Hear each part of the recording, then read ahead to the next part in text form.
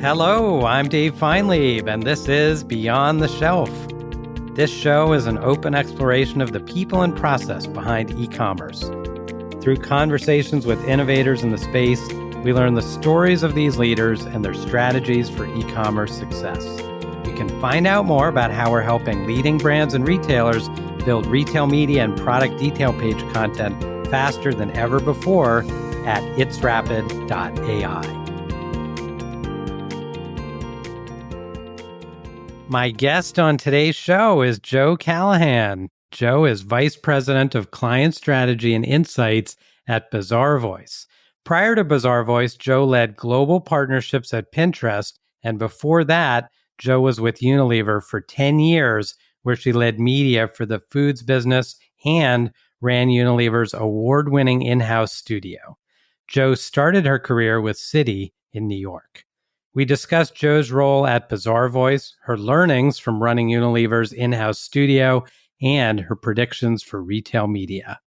Please enjoy my conversation with Joe Callahan. Joe, welcome to the show. Dave, thank you so much for having me. A pleasure. Take us back, would you? How'd you get your start in the space? Well, how far can I go back? Because my obsession with video and motion picture actually started when I was a kid and I was doing stop motion animation in my dollhouse.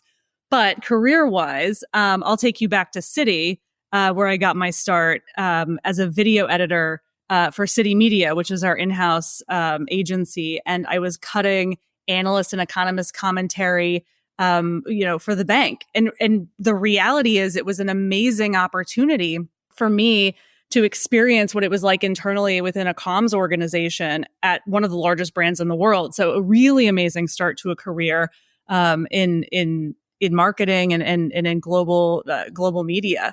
From Citi, I went over to Unilever, where I had started there, and I was in a role for about a year. And I was part of a team that did cross-portfolio digital activation. And about a year in, Gail Tifford, who is an incredible woman in the industry, she was leading media at the time for Unilever in North America. And we had crossed paths in some meetings, and we had done a few things together within the portfolio. And I'll never forget it. She actually reached out. It was just a subject line. It was very Gail. And it said, "I have a role. Are you interested?"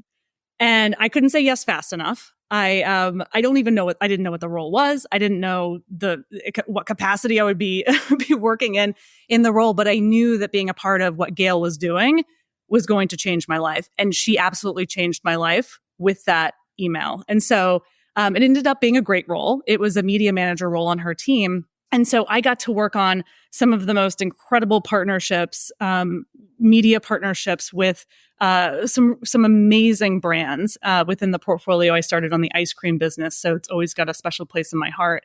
And so I did media for about 8 years at Unilever before going over to lead the in-house studio. And it's just been an incredible ride, from media to content and bringing all of those pieces together. And then I spent a quick 2 years at Pinterest before coming over to Bazaarvoice. So really getting my start in the video space. And it's just continued throughout my career. Joe, your knowledge, both of the practical aspects of creative production and the organizational and vision aspects, is just unparalleled. I've really enjoyed our interactions so far. Now, I got to ask you, stop motion video as a kid, you got to tell us about that. What kind of tools did you use? Did you have a video camera? I assume this was pre-Android and iPhone and all that good stuff. Yeah, I don't want to date myself, but I will tell you it was on videotape. And my family had a video camcorder, and I would set it up and I would do frame by frame stop motion animation with either my brother's Lego sets or with my dolls in my dollhouse. And I got to source those videos from my parents. I think they probably still have them. But I was obsessed with video and motion picture and storytelling. And it really just became something that carried through for me from a career standpoint now, too, which has been really awesome. It's amazing. It's great to see the dots connect, and also to have those breaks that you mentioned where you get an email and that's the opening and that's the opportunity. So talk to us, if you would, about Unilever and this idea of the in-house studio. First, how does that work? What's that like? You've got agencies, you've got in-house. How do you think about that? I was in the media team at Unilever for 8 years. And in that time, I became absolutely obsessed with content. What works where, why, how. I had such a strong understanding of channels, of the role of channels, publishers, inventory, understanding how media worked. But what was really compelling to me, and especially as I was coming up in my career and digital fragmentation became the real story of that decade, was running fit for platform assets and within the context of platforms. And so I really made it my mission to start to understand what we needed to do from a content standpoint to be relevant in media. And so when the studio role came open, and that was in my last 2 years at Unilever, I was absolutely passionate about getting that role. I went to Rob Master, who was leading media at the time at Unilever, and I said, put me in, coach. I'm like, this is it for me. You need a media person in here who understands all of those elements intimately and how channels play a role in strategy, but how to bring that to life from a creative and a content standpoint is becoming more and more critical. And if you don't have these two pieces connected, you are missing a massive opportunity. And so I got that role, and I was so thrilled to be leading U Studio and the creative agenda really for Unilever in North America, including our external creative agency roster. And what's funny is we had really, when I came into the role, the feedback I immediately got from the in-house agency leads and from the external agencies was just pure excitement to have somebody who understood media coming into a creative and a content role. Because I think a lot of times in large organizations, there are silos that exist that, prevent the type of collaboration that's really necessary in the space. And so a lot of what I was hearing is like, listen, media, it feels like a black hole to us. We don't understand the planning, the approach, the timelines. It's like foreign territory to us to really know. And we would love to work closely and more intimately with media. So that was my goal. And that's what I really set out to do when leading creative for the North American business. Will you parse apart a couple of things that you said there? One is fit to platform. Tell us what that means. Fit for platform is really the idea that an asset needs to be tailored for the environment in which it will live. And so there are a couple of things there. I would look at an asset in two ways. One is the infrastructure of an asset. So what are the different elements that come together on the back end, the piping that sort of make it relevant, that feed the algorithm, that make it best in class. Within that infrastructure, what is the creativity and the content and the context that needs to be a part of that needs to live within the infrastructure of the ad? And so it's one part, science, one part art, and it's how all of that comes together to create the experience for the consumer that's going to drive best in class ads. And so that's the way I've always thought about it. And fit for platform is so critical is because I think what you have is a lot of, back in the day when you thought you could run a video asset across TVC inventory and online video, and it plays in cinema and it plays, and all of these different experiences. And the reality is, you have to adapt, and you could take some of that content and adapt it to be fit for platform. And one of the ways that we really started to look at this, and one of my favorite experiments of all time, is when mobile inventory started to overtake desktop inventory back in like 2015, 2016. And, a lot of brands were running TVC in premium online video. And that was just the way we did it. And for the smaller screen, we started to think, well, actually, there's something different that needs to happen here. And so we started looking at framing, we started looking at pacing, supers. How do you start? And we were experimenting with our partners on this and thinking through, what does best in class look like for the smaller screen? And I know, that sounds simple now because we've done a lot of this, but that was really some of the early conversations we were having around fit for platform and what needed to happen, from an asset perspective to make something relevant. Amazing. Now, switching gears to another piece you talked about is running U Studio. That is a big, big job. You had a large team, you had internal, you had agency. How do you think about structuring that kind of organization, and what tips and tricks, rules for the road might you have for some of our listeners who are thinking about how to organize their media efforts? UStudio was an exercise in the content supply chain. How are you going to create the amount of content that you need as a brand, as a portfolio to fill the extraordinary demand that we see in the space?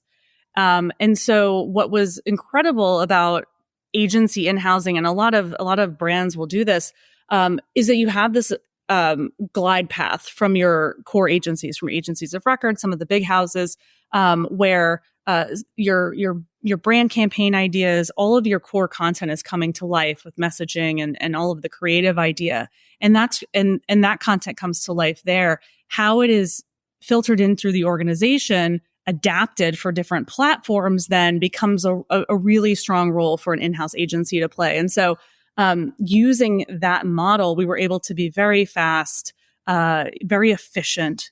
And we were in-house, we were down the hallway from brand teams. So if very quick things needed to happen from an agility standpoint, the team was there and ready to go. And it was everything from media assets to website, .com assets, social, KVs, shopper, e-commerce. There were just a number of areas where this type of digital content activation made a ton of sense. And so it was really an exercise in the content supply chain and really getting that content out the door at scale. I believe our mutual friend, Doug Straighten, may have mentioned the content supply chain to me. I feel that does not get enough air. And perhaps you should, you and Doug could put together a whole book or a masterclass or something on this subject. But a topic for another podcast. Bazaarvoice, you're heading up a number of different areas. Talk to us about your role there. What are you up to? Yeah, well, you just mentioned Doug Straighten, and Doug is the reason I'm at Bazaarvoice. It actually all started with an invite to grab a beer. That's a true story. Doug and I have worked together at Unilever, 10 years ago. And we were the OG cross-functional partners. He was leading e-commerce at the time. I was leading media for the foods business. And we worked really, really well together. We saw the value of bringing those two conversations together, especially as mobile was proliferating and as we were starting to see changes in the digital industry. That was an amazing opportunity. And so we've always kept in touch. He's been a mentor of mine for years. And we had so many conversations about the content supply chain over the years. And so I told him I was back in Texas, and I said, hey, if you want to grab a beer sometime, let me know. And he said, actually, you want to come work with me? And I was like, well, listen, that's another one of those like email subject lines where you just say yes, because it's, because you know and trust the person, who's asking, that they know what they're doing, and they're an incredible, industry titan. But my first question to Doug after I said, yeah, sure, was what are you going to do with a media person at a commerce company? Because traditionally, Bazaarvoice has, been a stellar ratings and review organization, and has really built a strong reputation in that area. And in fact, what had happened over the last few years is that this organization has evolved in such a way that now, with an offering with creators, influencers, everyday shoppers, even the ratings and reviews content coming into play in a really strong way, what's happened is you now have this full funnel opportunity to deliver against all brand objectives from awareness to consideration within a single shot. And so what became really, really compelling for me as a media professional was, so we can break down the silos with our offering in one place. And so the questions that we've gotten from brands, and this is where I feel like I can definitely play such a strong role in this role, have been, what is the right mix of branded content versus creator and UGC? Within the creator and UGC universe, what is the right mix of that type of content? What are the different types of content that play different roles against objectives? And so, in fact, the answer is really straightforward, because traditionally different channels, different types of content have played roles against different objectives. And that's always been true. And so if you think about brands who are trying to drive awareness or build equity, creators play a very strong role there because they can deliver a really deep storytelling message with unique brand attributes attached in a sight, sound, motion asset. And so, that plays a role, and they can lift attitudinal metrics in a way that other content can't. So that supplements effective reach in some of your traditional media. If you think about launching new products and seeding review content and creating buzz and bursts of content, again, we have, driving social UGC with everyday shoppers, driving review content, getting out on your best foot with an innovation. That is something that plays a role against objectives. From a consideration standpoint, how do you connect the brand to need states? So is it recipe content? Is it a beauty how-to? Is it a life stage moment where you want to connect and show consumers how the brand connects in with these moments that are important to them? That you can create a steady drumbeat of content. You can lean into, nano creators, micro creators, and people trust other consumers to tell them what works and what doesn't. And it's such a strong opportunity to supplement that branded content supply chain, all the way down to everything being underpinned by an optimized PDP. So thinking through quality, quantity, recency of ratings and reviews, and having visual UGC on those landing experiences to optimize for search.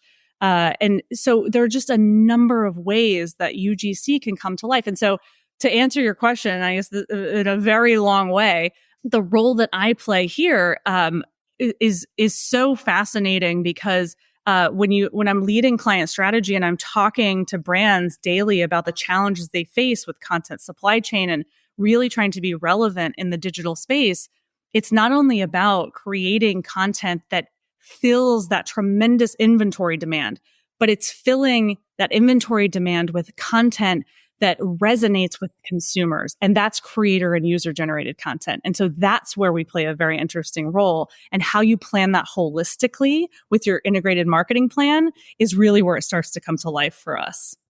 Joe, you're like the secret weapon of media and on-page, on-site content put together with this tremendous experience at the brand. I've got to ask you, you spent all this time on the brand side. Now you're with a partner, a vendor in the ecosystem. How's it been to go from working at the big brand to being part of that other part of the ecosystem? Yeah, I tell you what's fascinating. I've had the privilege of spending time on client side, on publisher side, here on a software company. I've seen different angles of this industry, which has been absolutely fascinating. And the challenges are the challenges, and it is just looking at them from different perspectives. It is truly about rooting yourself in consumer understanding, trying to just keep up with the demand for content and being relevant and resonant with that content. And it is incredibly challenging. It's incredibly challenging for a brand. As we've talked about, it's incredibly challenging for publishers. So if I think about my time in the publishing space at Pinterest, and even on the client side, and understanding what the needs were of my publishing partners in the social space and otherwise, relevant content and effective content plays a very, very big role.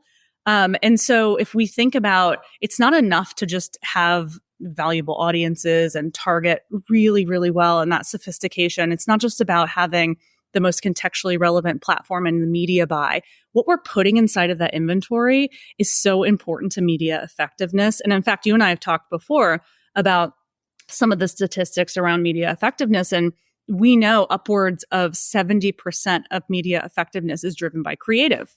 So what you put inside of that inventory is critically important. And that's a ton of weight. It's too much weight for me to ignore as a media professional. And so as a content professional, I was very excited about trying to move the needle on that. And so when I think about the challenges from a publisher perspective, when I spent time publishing side, brand investment lives and dies based on performance. And so as a publisher, I will do everything I can to make sure that performance is driven as high as it can be, either attitudinal metrics or MMM or performance metrics, because those investment decisions are made based on that. And if content is playing such a huge role in that media effectiveness, you better bet I'm going to make sure that every piece of content that goes out the door of my platform on behalf of a brand is absolutely stellar. And so all of these angles still have the same challenges. And effective and resonant content is just top of the chart. This idea that 70% of the performance comes from the content. Talk to us more about that. What makes for great content? It seems so subjective sometimes. And yet, I think you're onto something where there's some aspects we can put in the content and how we think about the content that can really make it more impactful.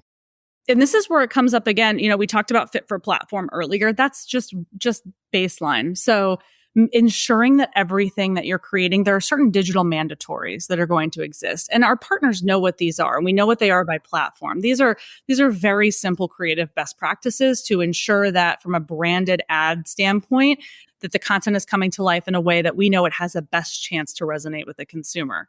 Now, what goes inside of that infrastructure and those elements is still critically important. So understanding the consumer, having those messages be able to resonate, understanding the context of the platform. So listen, I spent years at Pinterest.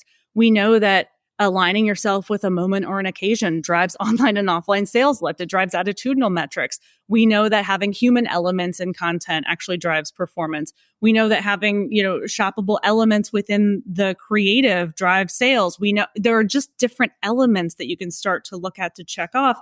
And these have been proven through meta-analysis and enough work in the measurement space to understand with a degree of certainty, this is going to work, this is going to perform.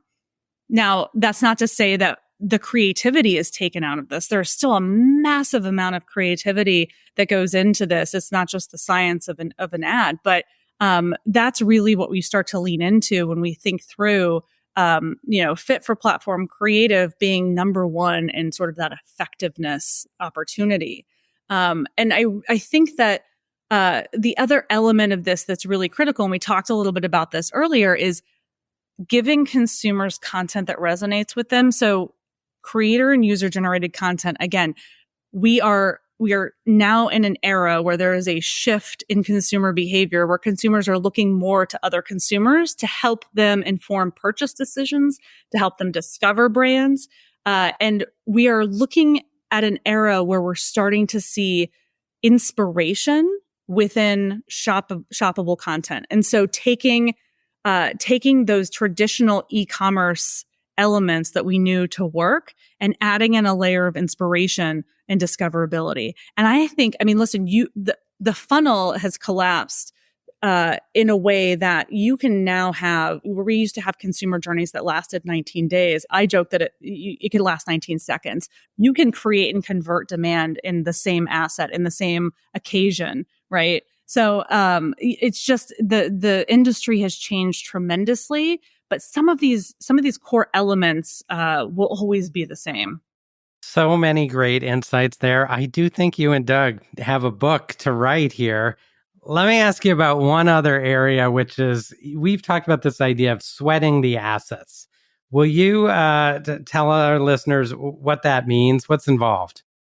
I'll take it back to the content supply chain. So it's all about being able to create the amount of content you need to satisfy the demand in the space. And as someone who worked in media for ages, and we always talk about non-working to working media ratios and really getting the most out of your production dollars, sweating the asset to me is creating a piece of content that can live and be adapted to live in as many places as it certainly can be across a network, right? Across different publishers, across different retailers, across different areas within the digital landscape, and how that comes to life. The other thing I love about sweating an asset is that you've created a nice, consistent consumer journey. So where you're starting to reinforce and play things out for consumers in a way that looks consistent.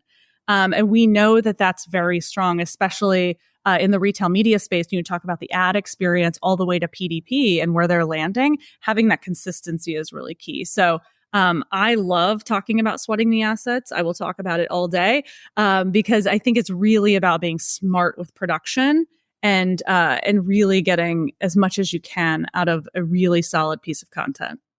This ability to have consistency, top of funnel, and the PDP is really hard to execute on.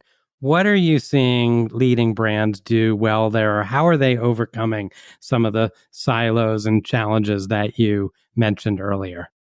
I see it most prolifically in the retail media space, because that is truly where media and commerce come together in a very, very clear path. And what I've seen lately, and I came into this role as a media professional, and I have been humbled by the PDP. We need to show a new appreciation for the PDP. And I think specifically as a media person, I don't think I realized the amount of weight it was carrying.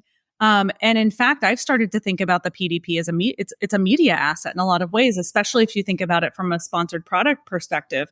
Optimizing your PDP with that quality, quantity, recency of ratings and review content, with visual UGC, with all of the elements that are necessary to ensure that you have the best content going forward is absolutely critical. Because what's happening is, in the brands who are getting it right are taking content creation, having that live within the media inventory. So is it with on-site display? Is it off-site programmatic display? Is it within the CTV inventory that they're buying? Is it within social syndication?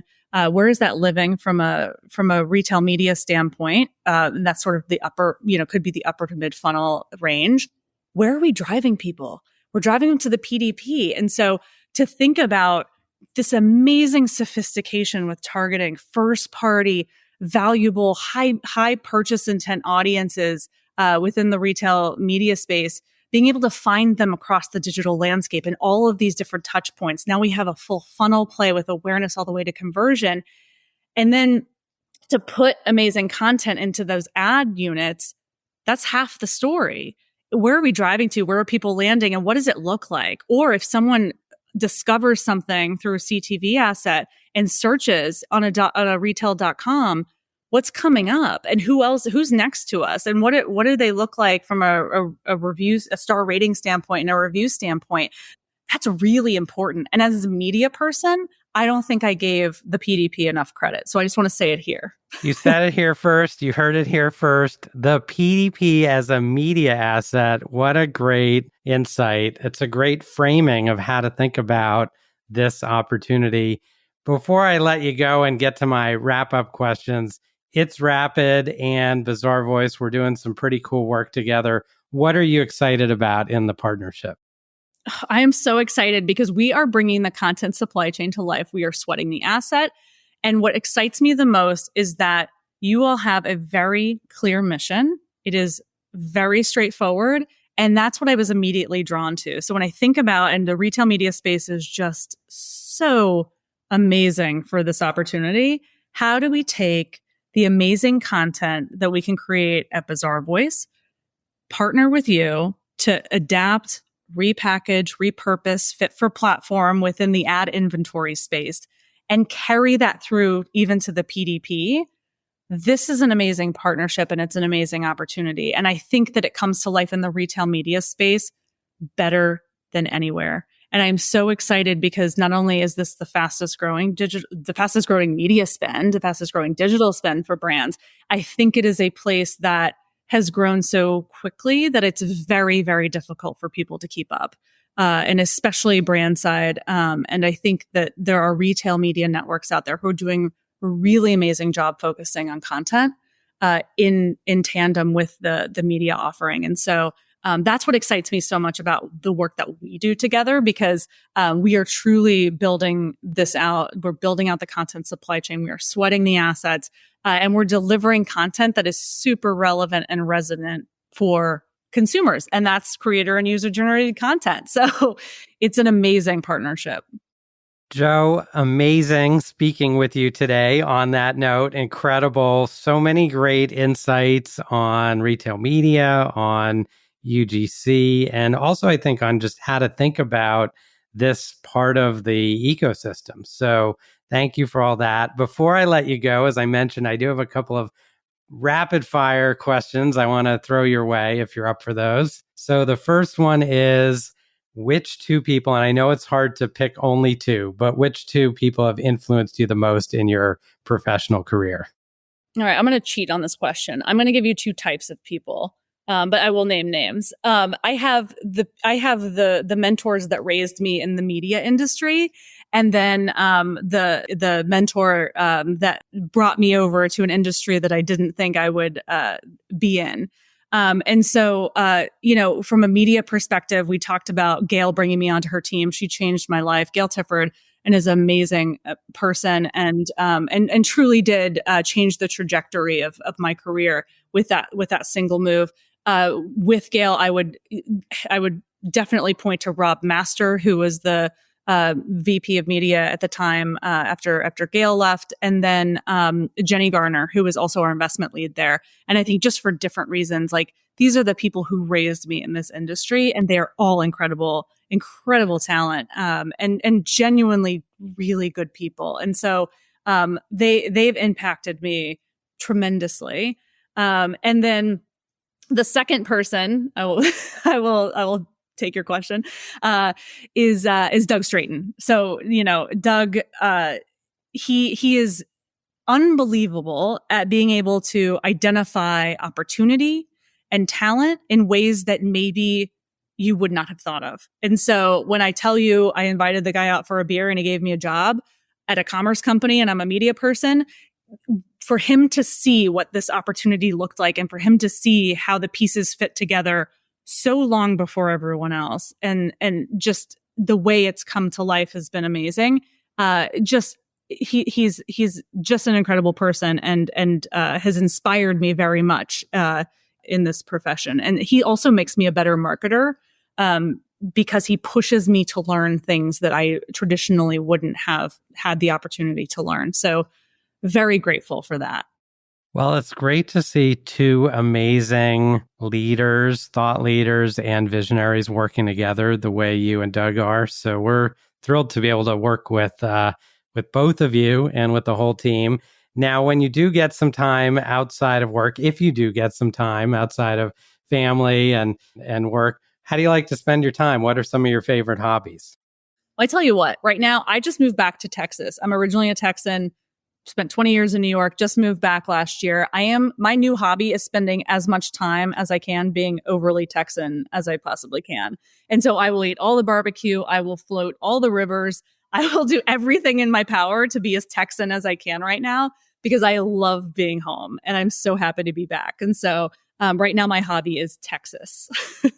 Last but not least, if our listeners want to reach you online, what's the best way for them to do that? Yeah, absolutely. LinkedIn, Joanna Colvin Callahan. You can find me there, and I love connecting with people, and I will take any messages, and I love it. Jo, such an inspiration working with you and talking with you today. Thanks for taking the time to chat with me on Beyond the Shelf. Well, thank you so much for having me. I was honored to be asked, and really look forward to working with you on this.